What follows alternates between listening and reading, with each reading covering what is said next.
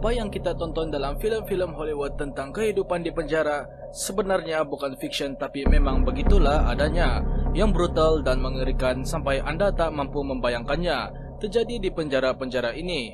Sungguh luar biasa, manusia seperti tidak ada harganya. Nyawa manusia lebih murah daripada sebatang rokok. Berikut ialah 10 penjara paling mengerikan di dunia. Disebut mengerikan bukan hanya karena keganasan, tetapi juga karena keadaan penjara yang sebenarnya tidak layak pun digelar penjara. Pertama, Carandiru Prison, Brazil.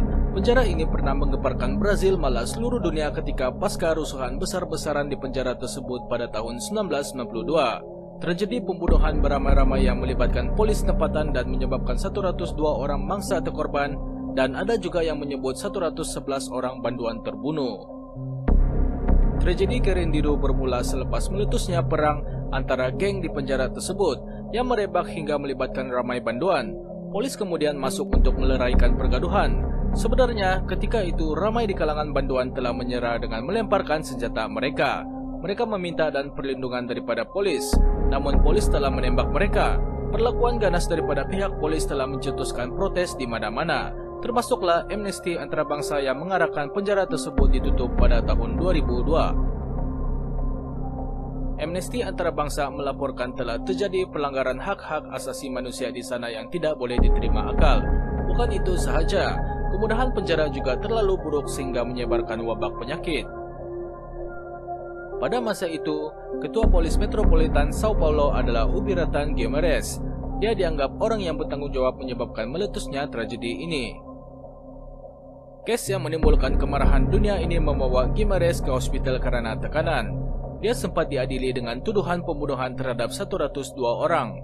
Namun, mahkamah kemudian membebaskan Guimarães dengan alasan pihak polislah yang telah menembak para banduan sehingga terkorban. Kerajaan Brazil sebaliknya menganggap tragedi yang berlaku bukan tanggung jawab pihak polis. Kedua, Bangkuang Prison, Thailand. Dikenali sebagai Bangkok Hilton, penjara ini boleh dikatakan sudah tidak layak lagi digelar penjara. Selain penuh sesak, juga kekurangan warden. Para banduan dirantai. Kabarnya ramai banduan menjadi gila akibat tekanan pada bulan-bulan pertama di penjara ini. Pengarah penjara Khun Natia mengakui penjaranya adalah yang paling teruk di seluruh Thailand. Di sini kemudahan sangat minimum, termasuk rawatan kesehatan terhadap banduan yang sangat teruk. Banduan yang sakit hanya boleh meringkuk dengan kaki dirantai di biliknya sambil menunggu rawatan, itu pun kalau ada. Ketiga, ADX Florence Supermax Prison, Colorado. Penjara ini dibina sebagai respon atas serangan terhadap para banduan dan kaki tangan yang terjadi di penjara lain di Amerika. Di penjara ini, mereka menerapkan sistem maximum security untuk mencegah terjadinya serangan banduan terhadap warden atau kaki tangan penjara. Karena itu, para banduan diasingkan daripada kaki tangan penjara. Para banduan mengalami penyiksaan psikologi karena selama 23 jam hanya dihabiskan di sel mereka. Banduan tidak boleh kemana-mana. Menjadi banduan di sini adalah suatu mimpi buruk yang tidak mampu dilupakan banduan. Di sini, mereka menerima keadaan paling jijik dari yang terjijik.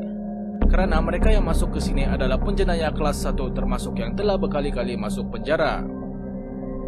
Disinilah neraka penjara yang boleh mengakibatkan derita seumur hidup. Selama 13 tahun beroperasi, 2 orang tawanan dikabarkan mati terbunuh di ADX Florence. Salah satunya ialah Lawrence Clarke. Ada yang menyebut dia mati ditembak, tapi ada juga yang mengatakan dia mati membunuh diri. Keempat, Alcatraz Island Prison, San Francisco, California. Penjara ini yang dikenali sebagai The Rock atau Devil Island dibina pada tahun 1920-an. Segala ketidaknyamanan ada di sini. Alcatraz dirancang sedemikian rupa sehingga amat kecil kemungkinan banduan boleh melepaskan diri. Alcatraz benar-benar telah mencipta dunia sendiri. Para banduan benar-benar terputus hubungan dengan dunia luar. Pegawai penjara yang sombong, warden yang kasar, dasar yang tidak berperi kemanusiaan mewarnai hari-hari para banduan di sana. Tidak mengherankan, ramai yang mengalami gangguan jiwa akibat tekanan psikologi yang luar biasa. Bayangkan, di penjara ini ada larangan untuk tidak bercakap dengan banduan lain. Kalau tidak, hukuman akan diterima banduan. Banduan dilarang meluapkan emosi mereka. Mereka dipaksa diam, hak-hak sebagai manusia di Alcatraz telah dicabul sepenuhnya. Penjara ini tutup pada tahun 1963, tetapi warisan kegelapan terus hidup dan menjadi legenda. Kelima, San Quentin Prison, California. Tahun 1930-an, pengurusan penjara ini syarat dengan rasuah sehinggalah muncul pengarah baru, Clinton Truman Duffy, yang melihat keadaan tidak berperi kemanusiaan dari penjara ini. Dia memutuskan untuk melakukan penambahbaikan pada tahun 1940-an. Tetapi, sebelum kehadiran Clinton Truman Duffy, penjara ini diketahui sangat tidak berperi kemanusiaan terhadap para banduan. Kepala mereka dipotakkan dan dipaksa memakai seragam yang diberi nomor dan diberikan sel sempit tanpa sebarang lampu. Di sini, nyawa tidak ada harganya. Rusuhan kerap terjadi karena nisbah penjara antara warden penjara dan banduan menyebabkan banyak perkara di luar kawalan sering terjadi. Keenam, Diyarbakır Prison, Turki. Penjara ini disebut sebagai penjara terkejam di Turki di mana segala keganasan dan kesadisan begitu lumrah terjadi. Dari 1981 sehingga 1984, 34 orang tawanan mati kerana penyiksaan berlebihan. Belum lagi kes penyelewengan seksual yang berleluasa. Para banduan sebenarnya telah melakukan protes terhadap pengurusan penjara. Mereka mogok makan, malah membakar diri sendiri sebagai protes, namun tidak diendakan. Kemudahan penjara juga sangat mengerikan. Di sini pernah terjadi peristiwa mengerikan di mana kanak-kanak dipenjarakan dan dihukum penjara seumur hidup. Penindasan terhadap nilai kemanusiaan seperti perkara biasa sahaja. Tidak heranlah penjara ini termasuk dalam salah satu penjara yang paling menyeramkan di dunia. Ketujuh, La Sabaneta Prison, Venezuela. Venezuela juga mempunyai penjara yang tidak kurang ganasnya, yaitu penjara La Sabaneta di mana keganasan menjadi santapan harian. Kemudahan yang sangat minimum menyebabkan wabak penyakit begitu mudah merebak. Perkhidmatan kesihatan juga sangat minimum, malah hampir tidak ada.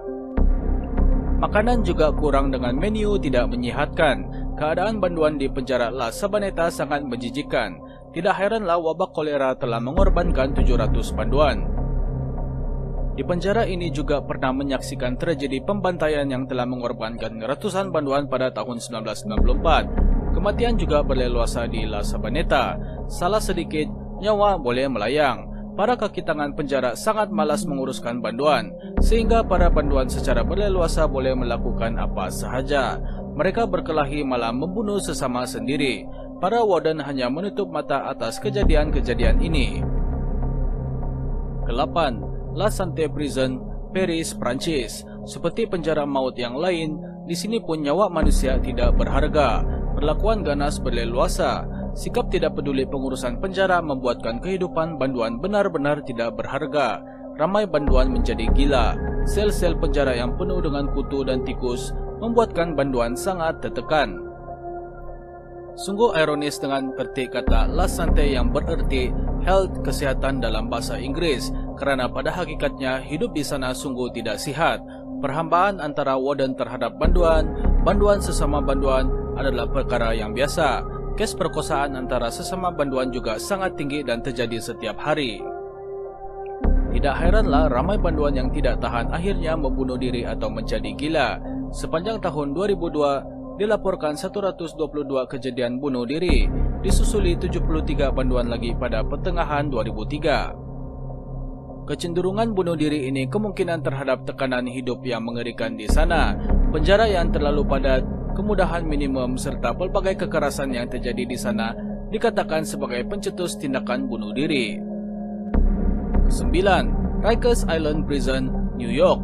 Penyiksaan ganas membuatkan penjara ini begitu dikenali di Amerika Syarikat.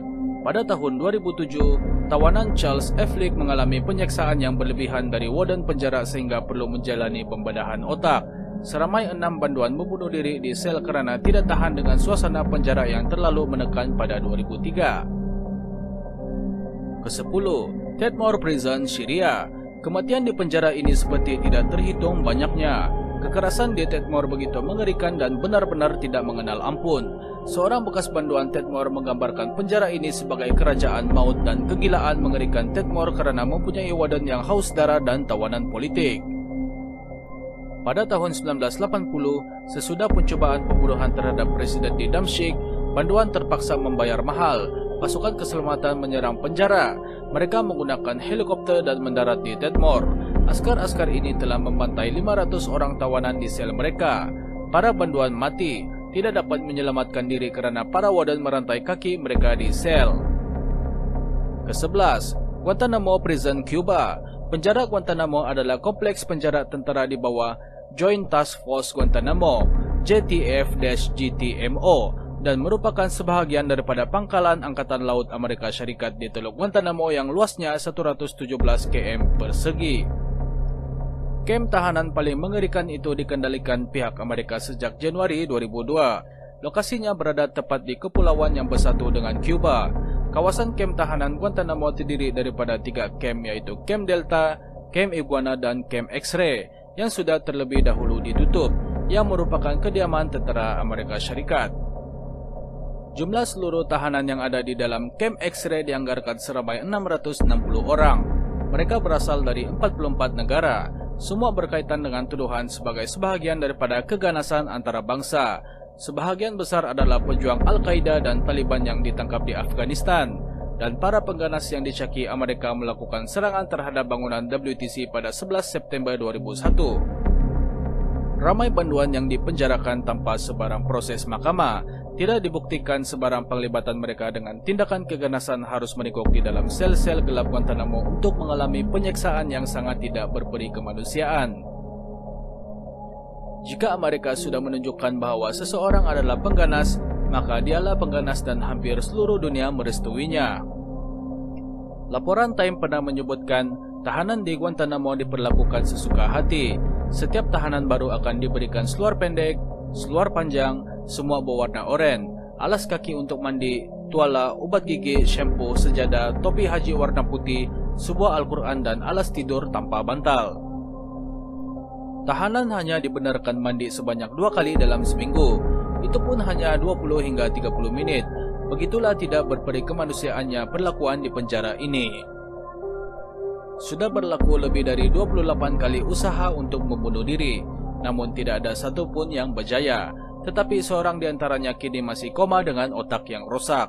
Guantanamo memang telah ditutup, namun kisah kekejaman sadis yang pernah terjadi di sana tetap akan dikenang selama-lamanya.